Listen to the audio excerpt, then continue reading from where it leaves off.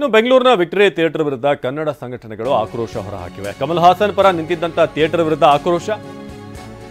ಬೆಂಗಳೂರಿನ Kamakshi ಪಾಳ್ಯದಲ್ಲಿರುವಂತಹ victory theatre ಇದರ ವಿರುದ್ಧ ಈಗ ಕನ್ನಡ ಪರ ಸಂಘಟನೆಗಳು ಆಕ್ರೋಶ ವ್ಯಕ್ತಪಡಿಸ್ತಾ ಇವೆ. ಯಾಕಂದ್ರೆ ಈ ಥಿಯೇಟರ್ನಲ್ಲಿ ಒಂದು ಪೋಸ್ಟ್ ಹಾಕಲಾಗಿತ್ತು. ಥಿಯೇಟರ್ ವಿರೋಧದ ನಡುವೆ ಥಿಯೇಟರ್ನಿಂದ ಸಿನಿಮಾ ಪ್ರಚಾರ. ಥಿಯೇಟರ್ನವರು ಒಂದಷ್ಟು ಲೈನ್ಗಳನ್ನು ಹಾಕಿದ್ರು. ಭಾಷೆಗೆ ಗಡಿ ಇಲ್ಲ, ಭಾವನೆ ಮುಖ್ಯ ಅಂತ ಪೋಸ್ಟ್ ಹಾಕಿದ್ರು. ಸಿನಿಮಾಗೆ ಗೊತ್ತಿರೋದು ಒಂದೇ ಭಾಷೆ, ಅದು ಭಾವನೆ. ಮೊದಲು ಸಿನಿಮಾ ಸಂಭ್ರಮಿಸೋಣ, ಆಮೇಲೆ ವಿವಾದ. ಕತೆ ಮಾತನಾಡುವಾಗ ಭಾಷೆಗೆ ಗಡಿ ಇಲ್ಲ ಅಂತ ಪೋಸ್ಟ್ ಹಾಕಿದ್ರು. ಕಾಮಾಕ್ಷಿ ಪಾಳ್ಯ ಸಮೀಪ ಇರುವಂಥ ವಿಕ್ಟರಿ ಚಿತ್ರಮಂದಿರ. ಆಕ್ರೋಶ ಹೆಚ್ಚಾಗ್ತಿದ್ದಂತೆ ತಂಡ ಹೊಡೆದಂಥ ಮಾಲೀಕ ವಿವಾದ ಬಗೆಹರಿದ ನಂತರ ಸಿನಿಮಾ ರಿಲೀಸ್ ಅಂತ ಈಗ ಪ್ರಕಟಣೆ ಮಾಡಲಾಗಿದೆ.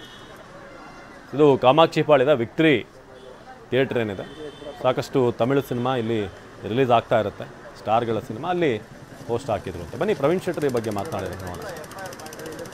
ಇವತ್ತು ವಿಕ್ಟರ್ ಸಿನಿಮಾಸಲ್ಲಿ ನಮ್ಮ ತಗ್ ಲೈಫ್ ಸಿನಿಮಾವನ್ನು ಪ್ರಸಾರ ಮಾಡ್ತೀವಿ ಅನ್ನೋವಂಥ ಟ್ವಿಟರ್ ನಾವೆಲ್ಲ ನೋಡಿದ್ದೀವಿ.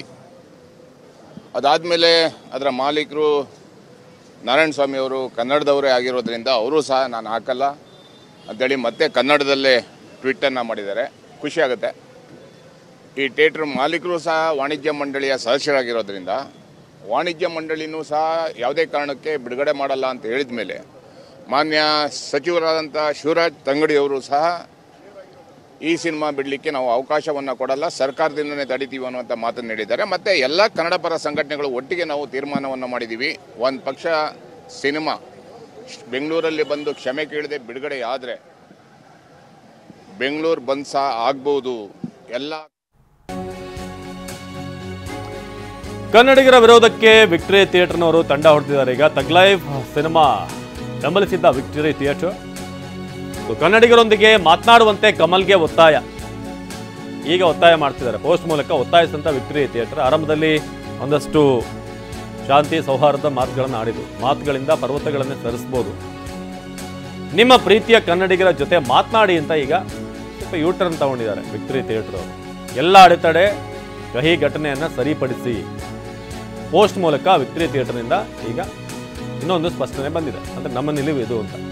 ಕನ್ನಡಿಗರ ವಿರೋಧಕ್ಕೆ ಈಗ ವಿಕ್ಟರಿ ಥಿಯೇಟರ್ನವರು ತಂಡ ಹೊಡೆದಿದ್ದಾರೆ. ತಗ್ ಲೈಫ್ ಸಿನಿಮಾ ಬೆಂಬಲಿಸಿದಂಥ ವಿಕ್ಟರಿ ಥಿಯೇಟರ್ನವರು ಆರಂಭದಲ್ಲಿ ಭಾಷೆ ಮುಖ್ಯ ಅಲ್ಲ, ಭಾವನೆ ಮುಖ್ಯ, ವಿವಾದ ಆಮೇಲೆ ಸಿನಿಮಾ ರಿಲೀಸ್ ಎಂಜಾಯ್ ಮಾಡೋಣ ಅಂತ ಹಾಕಿದರು. ಆದರೆ ಈಗ ಡಿಯರ್ ತಿರು ಕಮಲ್ ಹಾಸನ್ ವರ್ಡ್ಸ್ ಮೌಂಟೇನ್ಸ್ ಅಂತ ಹೇಳಿದ್ದಾರೆ. ಮಾತುಗಳಿಂದ ಬೆಟ್ಟವನ್ನೇ ಸರಿಸ್ಬೋದು.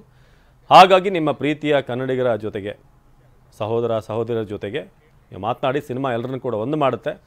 ಸೊ ಇದೇನೇನು ಸಮಸ್ಯೆ ಇದೆ ಅದೆಲ್ಲವನ್ನೂ ಕೂಡ ಡಿಸಾಲ್ವ್ ಮಾಡಿ ಅಂತ ಹೇಳಿದ್ದಾರೆ.